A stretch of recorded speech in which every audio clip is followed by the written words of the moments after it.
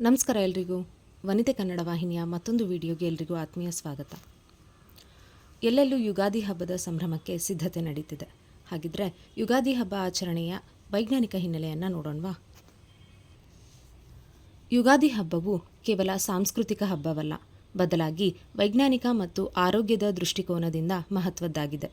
ಚೈತ್ರ ಮಾಸದ ಆರಂಭದಲ್ಲಿ, ಅಂದರೆ ವಸಂತ ಋತುವಿನಲ್ಲಿ, ಬೇವು ಬೆಲ್ಲ ಸೇವನೆಯು ದೇಹದ ರೋಗನಿರೋಧಕ ಶಕ್ತಿಯನ್ನು ಹೆಚ್ಚಿಸುತ್ತದೆ.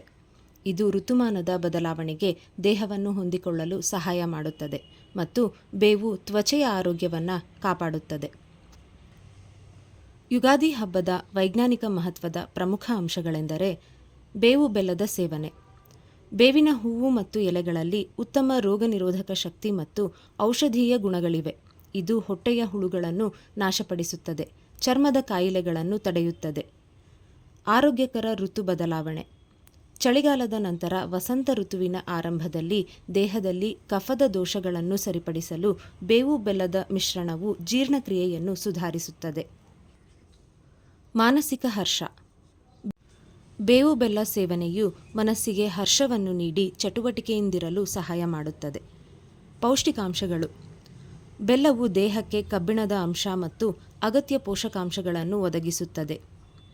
ಜೀವನದ ಪಾಠ.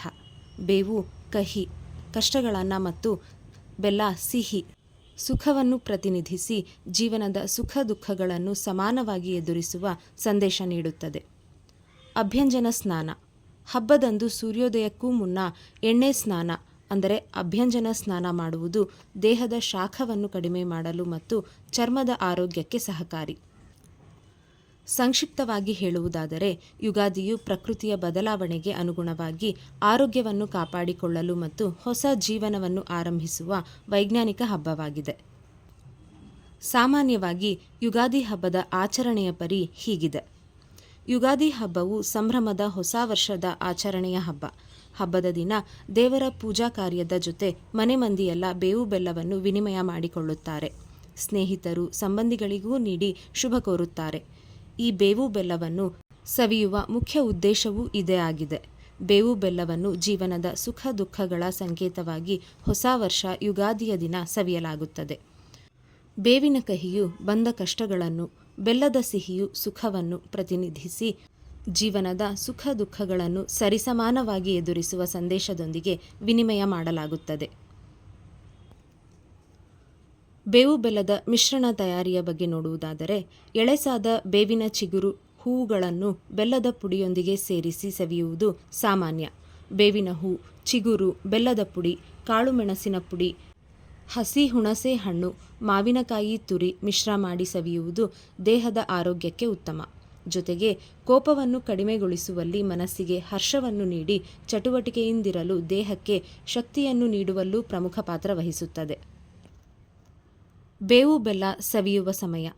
ಯುಗಾದಿ ಆಚರಣೆಯ ಹೆಸರಿನಲ್ಲಿ ದೇವರ ಪೂಜೆಯ ನಂತರ ಮನೆಯ ಹಿರಿಯರು ಮನೆ ಮಂದಿಗೆಲ್ಲ ಬೇವು ಬೆಲ್ಲ ನೀಡುವ ಸಂಪ್ರದಾಯವಿದೆ.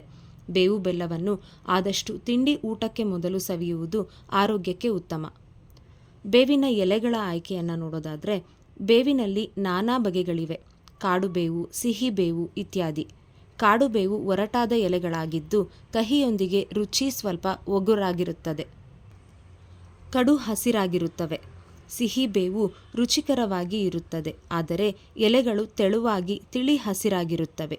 ಸಾಮಾನ್ಯವಾಗಿ ಸಿಹಿ ಬೇವು ಸವಿಯಲು ಉತ್ತಮ.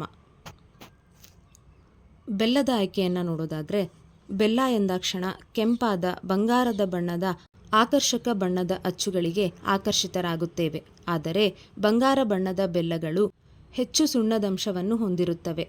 ಇದು ಆರೋಗ್ಯದ ದೃಷ್ಟಿಯಿಂದ ಉತ್ತಮವಾದದ್ದಲ್ಲ. ಕಪ್ಪಾದ ಕಡು ಕೆಂಪು ಬಣ್ಣದ ಆರ್ಗ್ಯಾನಿಕ್ ಮುದ್ದೆ ಬೆಲ್ಲ ಉತ್ತಮವಾದುದಾಗಿರುತ್ತದೆ. ಇದಿಷ್ಟು ಯುಗಾದಿ ಹಬ್ಬದ ಬಗ್ಗೆ ಒಂದು ಸಣ್ಣ ಮಾಹಿತಿ. ಬದುಕು ಎಂದ ಮೇಲೆ ಸಿಹಿ ಕಹಿಗಳು ಸಾಮಾನ್ಯ. ಬೇವು ಬೆಲ್ಲದ ಸಮರಸವೇ ಜೀವನ. ಸಿಹಿಗೆ ಹಿಗ್ಗದೆ, ಕಹಿಗೆ ಜಗ್ಗದೆ ಬದುಕು ಮುನ್ನಡೆಸೋಣ. ಎಲ್ಲರಿಗೂ ಯುಗಾದಿ ಹಬ್ಬದ ಹಾರ್ದಿಕ ಶುಭಾಶಯಗಳು. ಧನ್ಯವಾದ.